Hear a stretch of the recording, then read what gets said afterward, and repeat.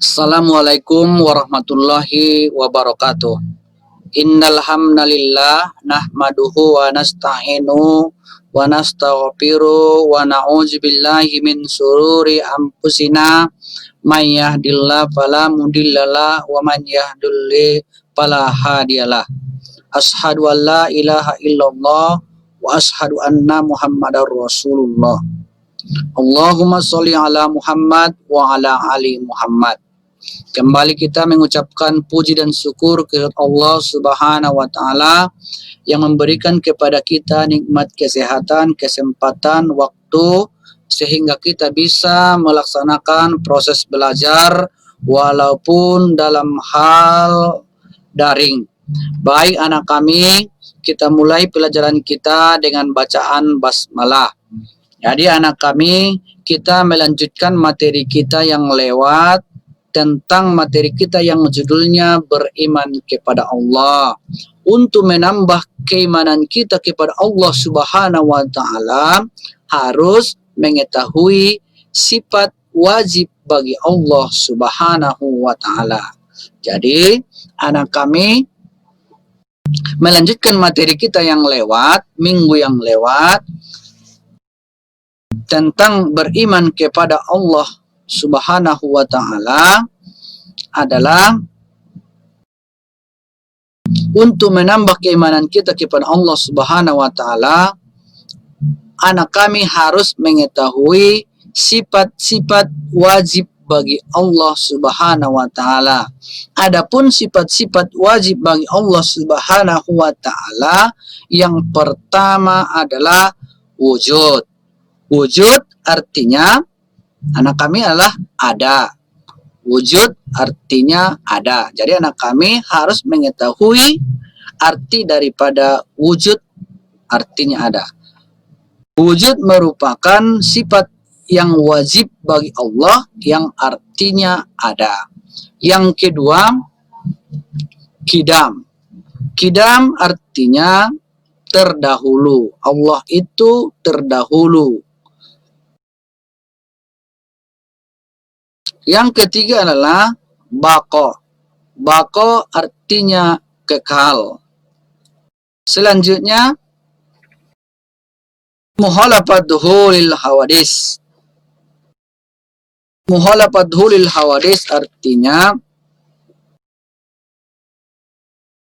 berlainan atau berbeda dengan makhluk ciptaan Allah Subhanahu wa Ta'ala. Jadi Allah Subhanahu wa Ta'ala itu berbeda dengan makhluknya, makhluk ciptaannya. Jadi tidak ada satupun yang menyerupai daripada Allah Subhanahu wa Ta'ala. Firman-Nya ada dalam Quran surah Asy-Syura ayat 11. Bismillahirrahmanirrahim. Laisa kamislihi syai'un wa huwas sami'ul basir. Artinya tidak ada sesuatu pun yang menyerupai, dan Dia Allah Maha mendengar dan Maha melihat. Jadi jelas dalam Al-Qur'an Allah Subhanahu wa Ta'ala tidak ada makhluk yang menyerupai dengan Allah. Dan Allah Maha mendengar dan Maha melihat. Jadi muhalafatul hawadis ini harus merupakan sifat yang dimiliki oleh Allah Subhanahu wa Ta'ala. Sifat yang wajib bagi Allah Subhanahu wa Ta'ala. Dan kita sebagai orang yang beriman, tidak ada satupun makhluk yang menyerupai dengan Allah. Tidak ada satupun. Selanjutnya adalah qiyamuhu binafsi. Qiyamu binafsi artinya adalah berdiri dengan sendirinya. Allah itu tidak pernah membutuhkan apapun, sedikit pun. Baik dalam hal jumlah besar maupun sedikit, tidak pernah mengharapkan, membutuhkan kepada kita. Tapi Allah lah tapi kitalah yang membutuhkan Allah. Jadi manusialah yang membutuhkan Allah. Allah tidak butuh kepada kita, tapi kitalah yang butuh kepada Allah. Firman Allah dalam surah Al-Fatir ayat 15. Bismillahirrahmanirrahim. Ya ayuhan nas, antumul fuqara'u ilallah wallahu huwa ghaniyul hamid. Wallahu huwal ghaniyul hamid. Artinya, wahai sekalian manusia, kamulah yang membutuhkan Allah, sedangkan Allah Dia maha kaya, tidak memerlukan sesuatu apapun, dan Dia maha terpuji. Jadi Allah subhanahu wa ta'ala memberitahukan kepada kita bahwa Allah tidak membutuhkan manusia, tapi manusialah, kitalah yang membutuhkan Allah subhanahu wa ta'ala. Kitalah yang membutuhkan Allah subhanahu wa ta'ala. Jadi anak kami, jangan merasa sombong, karena kitalah yang membutuhkan Allah, bukan Allah yang membutuhkan kita. Baik, selanjutnya adalah sifat yang wajib bagi Allah adalah wahdaniyah. Wahdaniyah artinya esa. Wahdaniyah artinya esa. Esa zatnya, sifatnya, maupun perbuatannya. Oleh karena itu, Allah mustahil bersifat ta'adu. Ya, jadi Allah itu esa, tidak ada ayah, tidak beranak, dan tidak diberanakkan. Jadi dalam hal ayat Al-Quran tentang Allah itu esa, ada dalam surah Al-Ikhlas 1-4. A'udzubillahi minasyaitonirrajim. Bismillahirrahmanirrahim. Qul huwallahu ahad. Allahus samad. Lam yalid walam yulad walam yakul lahu kufuwan ahad. Artinya, katakanlah, Dia Allah yang Maha Esa. Allah tempat meminta, Allah tempat memohon. Dia tidak beranak dan tidak diberanakkan, dan tidak ada satupun yang setara dengannya. Jadi Allah itu esa, tidak mempunyai ayah dan tidak juga diberanakkan. Jadi Allah itu satu, bukan ada dua dan juga tiga, tapi Allah itu esa. Jadi anak kami harus beriman kepada Allah subhanahu wa ta'ala yang esa. Selanjutnya adalah kudrat. Kudrat artinya kuasa. Jadi Allah subhanahu wa ta'ala maha kuasa atas segala sesuatu pun. Tidak mempunyai kelemahan. Maha sempurna, sifatnya mutlak, tidak terbatas.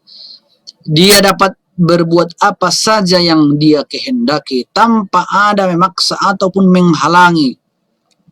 Jadi Allah subhanahu wa ta'ala maha kuasa atas diri kita, baik dalam hal matinya maupun hidupnya. Hidupnya kita maupun mati tergantung daripada kekuasaan Allah subhanahu wa ta'ala. Jadi syukur kepada Allah subhanahu wa ta'ala masih memberikan kuasa dan juga memberikan kepada kita kesehatan yang merupakan atas kuasa daripada Allah subhanahu wa ta'ala. Kita sekarang ini sehat. Jadi anak kami, kita bersyukur kepada Allah subhanahu wa ta'ala yang masih memberikan kepada kita banyak nikmat. Jadi Allah subhanahu wa ta'ala atas kuasanya kita sehat. Atas kuasa Allah kita bisa menikmati berbagai fasilitas-fasilitas. Atas kuasa Allah kita hidup. Firman Allah dalam Quran surah Al Imran ayat 26. A'udzubillahi minasyaitonir rajim. Bismillahirrahmanirrahim.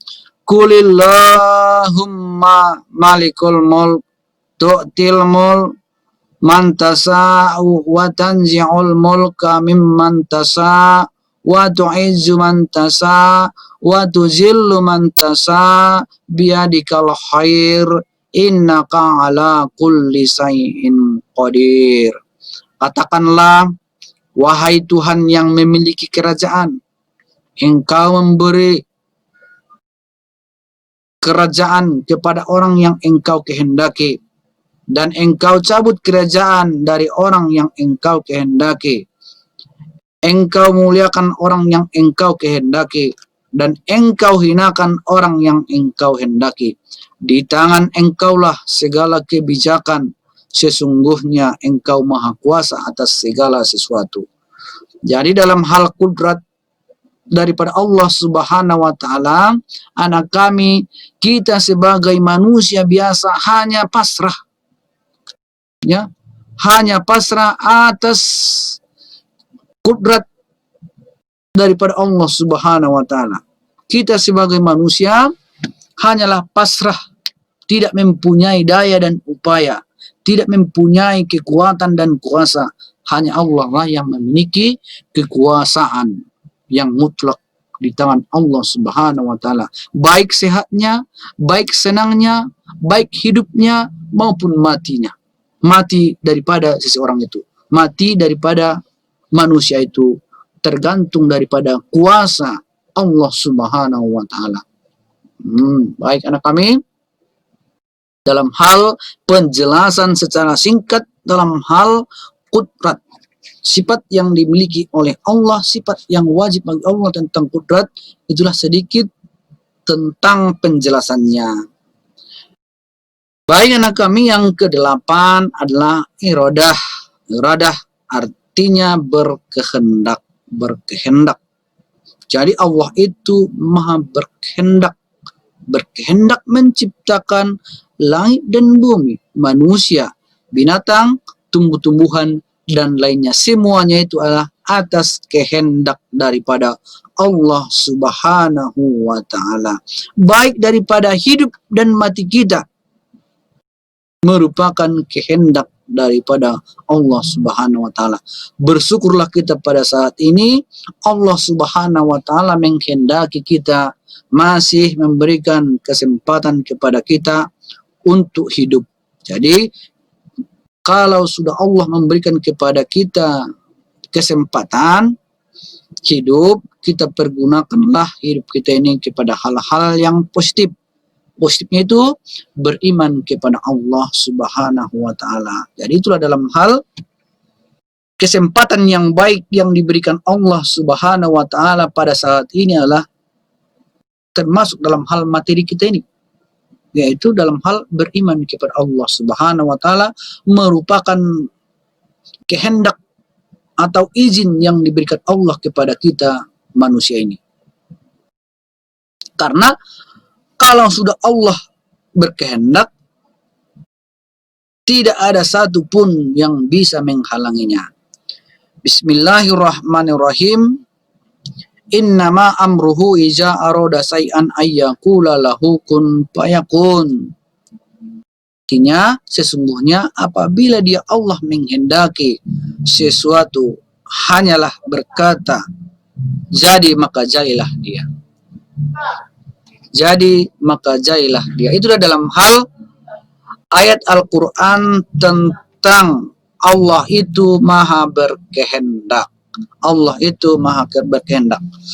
Selanjutnya adalah ilmu. Ilmu artinya mengetahui. Allah itu maha mengetahui. Jadi Allah itu maha mengetahui baik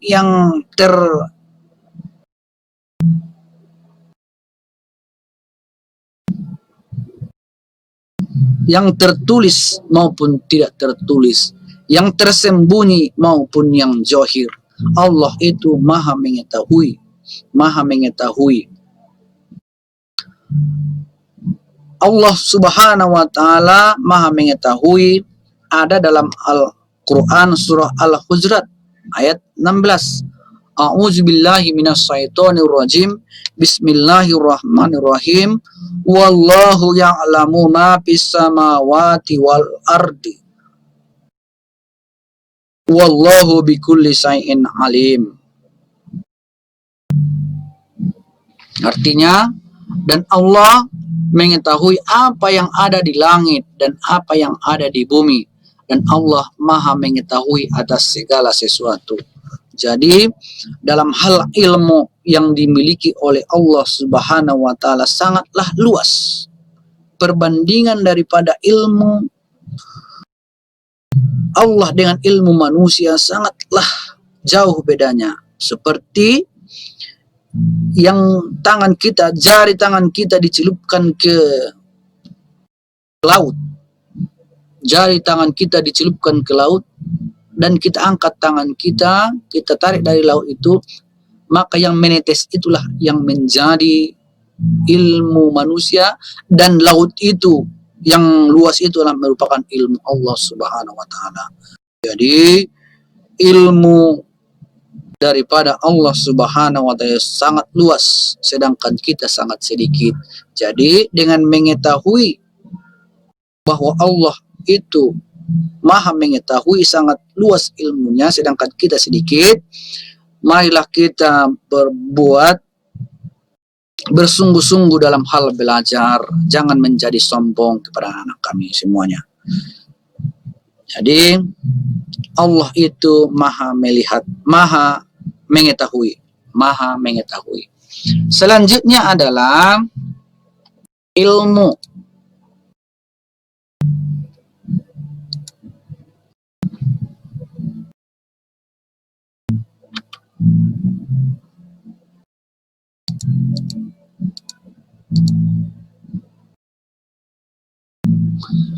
Selanjutnya adalah hayat.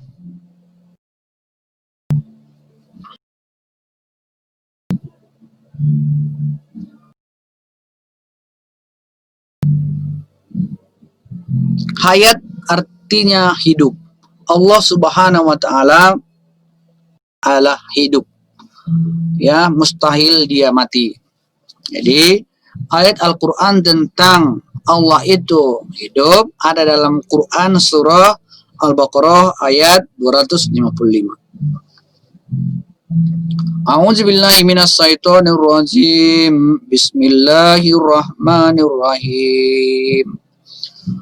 Allahu la ilaha illa huwal hayyul qayyum. La ta'khuzuhu sinatun wa la naum. Lahu ma fis samawati wa ma fil ard. Artinya Allah tidak ada Tuhan melainkan Dia yang maha hidup kekal terus menerus mengurus makhluknya, tidak disentuh oleh kantuk dan tidak pula tidur. Kepunyaannya apa yang ada di langit dan di bumi. Jadi Allah Subhanahu wa taala hidup kekal terus menerus mengurus makhluknya, tidak pernah kantuk dan tidak pula pernah tidur. Kepunyaannya lah yang ada di langit dan di bumi. Jadi itulah dalam hal dalil tentang Allah itu hidup. Selanjutnya adalah sama. Sama artinya mendengar. Allah maha mendengar. Dia mendengar segala sesuatu. Pendengaran Allah Subhanahu wa taala maha sempurna, tidak dibatasi oleh ruang dan waktu, tempat dan keadaan. Jadi maupun yang kecil suaranya maupun yang besar, yang kuat maupun yang kecil suaranya, yang berbisik-bisik, Allah maha mendengar. Apa-apa yang dinyatakan ataupun yang disembunyikan hambanya, dekat maupun jauh, keras ataupun lemah, sedikit ataupun banyak, semuanya didengar oleh Allah Subhanahu wa taala. Bismillahirrahmanirrahim. Wallahu huwas sami'un alim. Dan Allah dia maha mendengar lagi maha mengetahui. Jadi pendengaran Allah sangatlah sempurna. Dia mendengar yang jauh maupun yang dekat, yang kuat maupun yang lemah, yang sedikit maupun yang banyak. Jadi beda dengan kita sebagai manusia. Kalau sudah jauh, tentu kita tidak dengar. Kalau sudah lemah, kita tidak dengar. Sedangkan Allah Subhanahu wa taala mendengar yang jauh, mendengar yang lemah, mendengar yang sedikit maupun yang kecil suara yang dengar oleh Allah Subhanahu wa taala. Selanjutnya adalah basar. Basar artinya melihat. Allah Subhanahu wa taala maha melihat. Allah Subhanahu wa taala melihat apa yang tersembunyi maupun yang jelas-jelas. Allah Subhanahu wa taala melihat yang jauh maupun yang dekat. Allah maha melihat yang kecil maupun yang besar. Firman Allah Subhanahu wa taala, "Innallaha ya'lamu ghaibas samawati wal ard. Wallahu basirum bima ta'malun." Sesungguhnya Allah mengetahui apa yang gaib di langit dan di bumi dan maha melihat apa yang kamu kerjakan. Jadi Allah Subhanahu wa taala maha melihat. Jadi kita sebagai manusia, Allah memiliki penglihatan. Jadi kita sebagai manusia, ada atau tidak ada orang yang melihat kita, kita tetap melakukan kebaikan itu. Kita tetap melakukan sholat. Kita tetap melaksanakan kebaikan-kebaikan, amal-amal kebaikan. Kita tetap bersilaturahmi. Kita tetap hormat kepada orang tua kita, menghargai orang tua kita, sayang kepada kedua orang tua kita. Karena menghormati orang tua kita merupakan yang baik, perbuatan yang baik. Dan Allah maha melihat apa yang kita kerjakan. Selanjutnya adalah kalam. Kalam artinya berkata-kata atau berfirman. Bukti daripada Allah Subhanahu wa taala berfirman atau berkata-kata, ya ada, yaitu kitab suci Al-Quran merupakan bukti daripada perkataan Allah atau firman Allah. Bukti yang jelas adalah Al-Quran. Al-Quran itu firman Allah yang tiada bandingnya, yang disampaikan kepada Nabi Muhammad SAW dengan perantaraan malaikat Jibril. Jadi Allah Subhanahu wa taala berkata-kata atau berfirman. Jadi itulah dulu materi kita tentang sifat-sifat wajib Allah.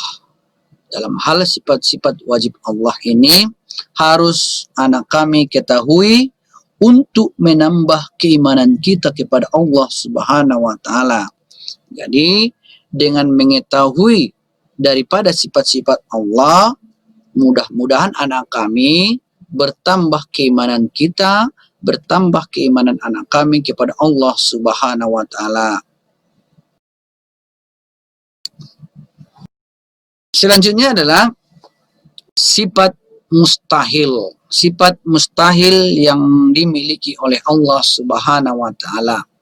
Sifat yang tidak dimiliki. Mustahil artinya yang tidak dimiliki, yang tidak ada pada Allah.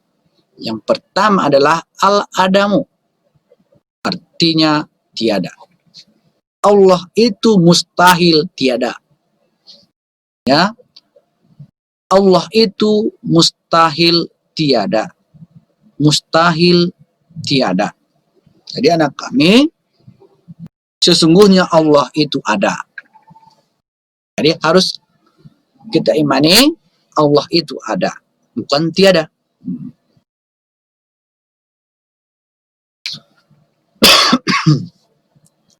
Yang kedua, al-hudus, artinya baru. Baru. Al-hudus artinya baru, bahwa Allah itu mustahil baru. Mustahil dia baharu, boleh. Fana, ya, mustahil dia fana, maksudnya itu mustahil dia sama dengan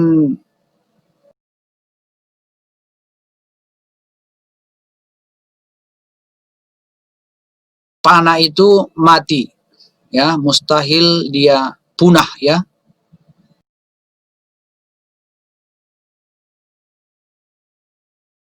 Mustahil dia fana itu sementara, boleh dibilang sementara. Allah itu mustahil sementara. Fana artinya sementara. Sedangkan sifat yang wajib bagi Allah adalah lawan kata daripada fana adalah bako, ya. Selanjutnya adalah mumalasa latulil hawadis. Artinya sama dengan yang baharu, sama dengan makhluknya. Allah Subhanahu wa Ta'ala mustahil sama dengan makhluknya. Kita tidak sama dengan Allah, beda. Kita adalah ciptaan Allah, sedangkan Allah adalah yang menciptakan kita, tentu beda. Selanjutnya adalah ihtiyayu bi ghairihi. Artinya butuh kepada makhluknya. Allah Subhanahu wa Ta'ala mustahil butuh kepada makhluknya. Tapi kitalah yang butuh kepada Allah. Ihtiyayu bi ghairi, butuh kepada makhluknya. Jadi Allah Subhanahu wa Ta'ala mustahil butuh kepada makhluknya. Makhluknya itu siapa? Baik dia manusia, jin, syaitan, gajah, dan lain-lain. Allah Subhanahu wa Ta'ala tidak butuh kepada kita, tidak butuh kepada syaitan, tidak butuh kepada jin. Selanjutnya adalah ta'adud, artinya terbilang. Allah Subhanahu wa Ta'ala adalah esa, tidak, ya, mustahil terbilang, mustahil banyak. Ada bapak, ada ibu, ada anak. Kepada Allah Subhanahu wa Ta'ala tidak ada. Esa, mustahil dia terbilang, ya. Allah Subhanahu wa Ta'ala esa, bukan ada tiga, tidak, jauh dari kita itu. Ada ibu, ada bapak, ada anak, kita tidak ada. Tapi Allah Subhanahu wa Ta'ala esa, satu. Selanjutnya adalah azun. Azun adalah lemah. Mustahil Allah lemah. Allah itu maha kuasa, ya. Selanjutnya adalah karahah, artinya terpaksa. Allah Subhanahu wa Ta'ala tidak terpaksa dalam hal apapun. Jadi mustahil Allah itu terpaksa. Allah Subhanahu wa Ta'ala mustahil terpaksa. Mustahil terpaksa. Selanjutnya adalah jahlun, artinya bodoh. Mustahil Allah itu bodoh. Allah itu maha mengetahui. Ya, anak kami, Allah Subhanahu wa Ta'ala maha mengetahui. Sudah Bapak sebutkan tadi dalilnya. Karena metodologi pendidikan agama Islam itu harus mempunyai dalil. Harus kuat. harus mempunyai dalil. Jadi Allah Subhanahu wa taala Maha mengetahui dan mustahil bodoh.